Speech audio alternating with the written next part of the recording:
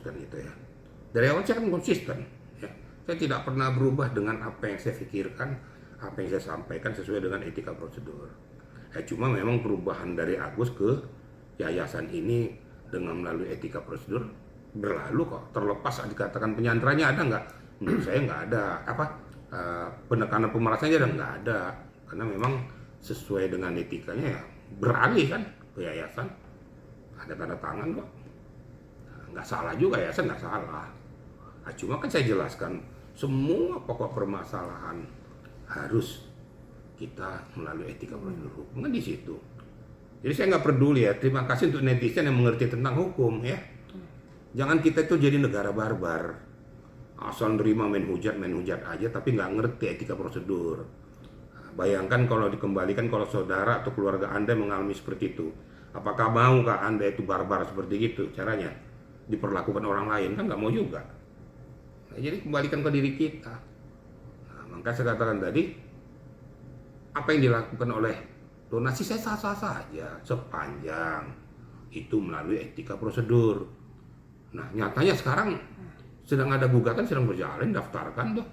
Nah gugatan berjalan, tapi uang sudah berubah. Terus saya mau diputuskan apa? Lucu kan? Lucu. Nah, kenapa tiba-tiba ini beralih? Sedangkan gugatan sedang berjalan, bahkan ditunda kalau nggak salah nih. Berarti ada antar pihak dong. Nah, berarti mengetahui, memahami bahwa peristiwa itu memang sudah masuk ke ranah hukum, biar diputuskan oleh hukum. Nah di luar daripada itu, ya saya tetap konsisten kekeh mengatakan itu adalah penggelapan. Nggak bisa menggelapkan donasi itu nggak boleh. Tidak sesuai dengan etika prosedur, ada kriterianya. Jadi nggak ada ya, saya jelaskan juga kepada rekan-rekan semua ya, bahwa pengembalian uang mau dibalikkan mau apa kayak tidak akan menggugurkan peristiwa pidana. Peristiwa pidana penggelapan namanya pidana.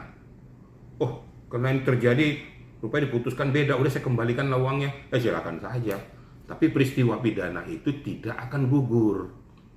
Contoh seperti tindak pidana korupsi, ya terjadi tindak pidana korupsi setelah diketahui diselidiki ternyata benar, disitakan semuanya kan, sita hartanya, pengembalian uang negara semua disita, terus dia bebas, kan enggak, pidananya tetap jalan, disanksi 15 tahun, 18 tahun, padahal udah disita barangnya semua, udah dimiskinkan tuh deh, kira-kira gitu. Jadi ayolah kita berpikir lurus ya.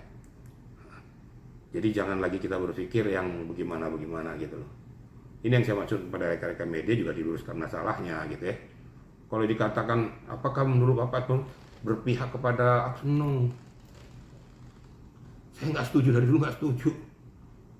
Karena perjalanannya sudah dia lakukan tindakan-tindakan yang betul-betul sangat menjengkelkan lah bagi jangankan media ataupun netizen. Saya aja jengkel kok. Saya juga muak juga lihat itu. Tapi juga jangan lakukan tindakan-tindakan barbar, tindakan-tindakan yang tidak sesuai dengan etika prosedur hukum. Kita negara hukum, ya, bukan negara kekuasaan. Itu yang harus perlu dipahami. Makanya saya luruskan masalah ini. Nah sekarang kita lihat aja gugatan dari para donatur. Sekarang kita lihat hakim. Dikatakan kan donatur kan udah mengapa donatur yang mana? Donatur kan banyak. Donatur 8 ribuan loh. Apakah 5 orang bisa mewakili donatur? Nggak bisa. Harus ada pernyataan tanda tangan basah. Nah, dikatakan sudah ada 500-an para donatur sudah setuju. Oke, nanti silakan dibuktikan saja. Itu kan katanya. Nanti biar pengadilan yang bukti. Ilmu hukum itu tidak ada ilmu katanya, ilmu pembuktian.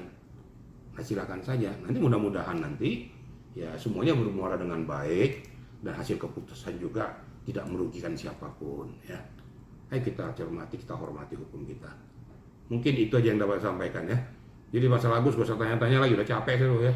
Agus lagi, capek. Muka Agus aja udah capek saya lihatnya tuh. Masih banyak kasus yang lain lah. Ya, kira-kira gitu ya. Harapan Irjen sendiri gimana nih? Ini kan kasus udah lumayan lama banget ya, dan menyita waktu seperti apa nih? Saya berharap memang harus segera diselesaikan ya. Saya juga capek juga, saya bilang masih banyak case-case yang lain yang harus dilakukan, yang harus dicermati oleh kita semua dengan menguras tenaga yang seperti ini tapi begini berlarut-larut. Saya berharap semua berjalan dengan baik lah. Apapun keputusan daripada pengadilan, ayo sama-sama kita hormati. Saya katakan sekali lagi, saya tidak mau menabrak akidah hukum yang ada di Indonesia. Karena kita dalam negara hukum, ikutilah ya. Jangan kata mau, kata aku, kena fanatik dan sebagainya. Udah salah pun main hantem aja. Udah salah pun ngomong nyocros aja. Pokoknya begini, saya sudah nggak suka sama Agus.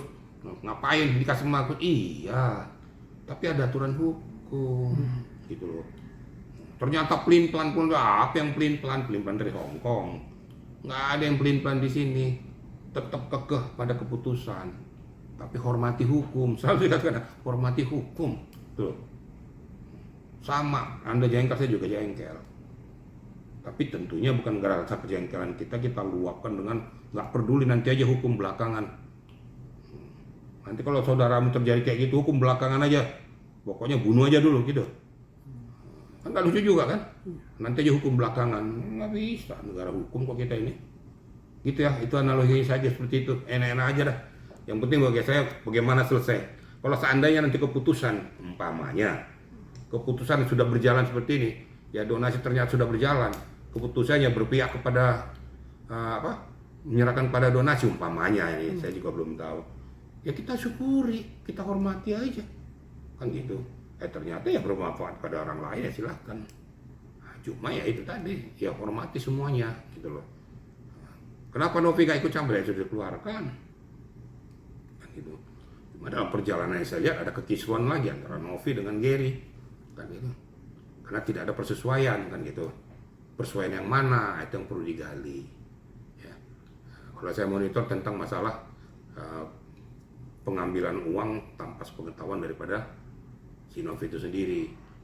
Bagaimanapun pada saat pengumpulan itu Novi adalah ketua yayasan. Gary jangan suka-suka melakukan tindakan itu. Saya juga bingung, Gary kok bisa berubah total seperti itu, ada apa gitu loh. Padahal dulu ikut manut di belakangnya Novi, terus sekarang kok kenapa terjadi seperti model kayak gitu. Kalau di ilmu perang itu namanya pengkhianatan namanya itu ya. Apapun kekurangan daripada Novi harusnya diluruskan, nggak langsung berbalik bertolak belakang. Ini namanya apa ya, air susu dibalas air tuba gitu loh, hanya untuk kepentingan supaya saya bilang hebat. Tampil aja hebat dengan gayanya. Saya kan tahu siapa Gary, udah sering berhadapan dengan saya, kok sekarang kok gayanya kok seperti kayak gaya gimana gitu loh kan. Saya ngelihatnya aja miris, tapi begini orang tuh. Akhirnya saya bisa menilai kelasmu apa. Nah, supaya dibilang kau hebat. Padahal saya tahu kau siapa dulunya. Saya tahu kau bagaimana kau mendampingi Novi terus. Nah sekarang kau coba berlawanan dengan Novi. Ada catnya semua di sini. Ya. Dia tidak mengindahkan Novi, dan bahkan ada lagi kata-kata yang mengatakan bahwa Novi tidak pernah berbicara kayak gitu soal dia itu sendiri. Tapi dia bagaimana kok bisa terjadi kok. Si Novi menyampaikan itu ketidaksetujuannya dengan bentuk verbal. Jadi kira-kira ya. Iya. Ada lagi Eki tambahan?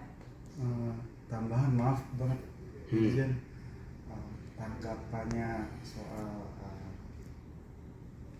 pernyataannya FA soal kepergian AL itu setelah nonton podcastnya setelah Densu. Saya nggak perlu nanggap itulah. Ya kita akan menalar sendiri aja lah ya. Saya juga nggak mau hal-hal yang pribadi ya. Saya masuk nimbrung di dalamnya. Saya bukan kompor meleduk ya. Saya bukan kompor meleduk. Terus situasi yang harusnya kita ademkan, saya masuk lagi ke dalam menyampaikan hal-hal yang akibatnya bias untuk memberikan komentar-komentar dari yang lain. Saya nggak mau ya.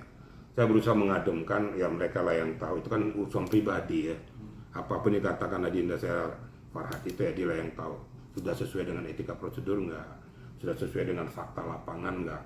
Dia lah yang tahu kan itu.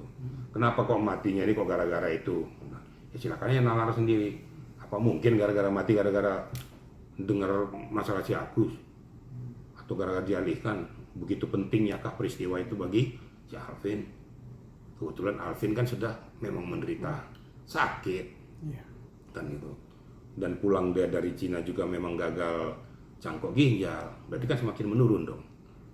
Nah, jadi saya nggak bisa berandai-andai akibat daripada peristiwa pengalian tuh si Alvin meninggal dunia. Nah, betapa pentingkah pengalian tuh bagi kesehatannya Alvin?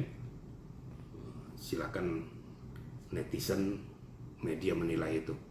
Jadi intinya saya tidak mau masuk untuk memberikan kompor meleduk, memanaskan situasi, saya nggak mau. Silakan netizen nilai, saya akan netral saja ya. Karena saya juga menghormati ya istilah status kita sebagai sesama lawyers, sama penegak hukum. Jangan saling menggigit, nggak boleh. Jangan saling menjatuhkan, nggak boleh. Tapi meluruskan iya. Itu kira-kira ya. Oke. Tapi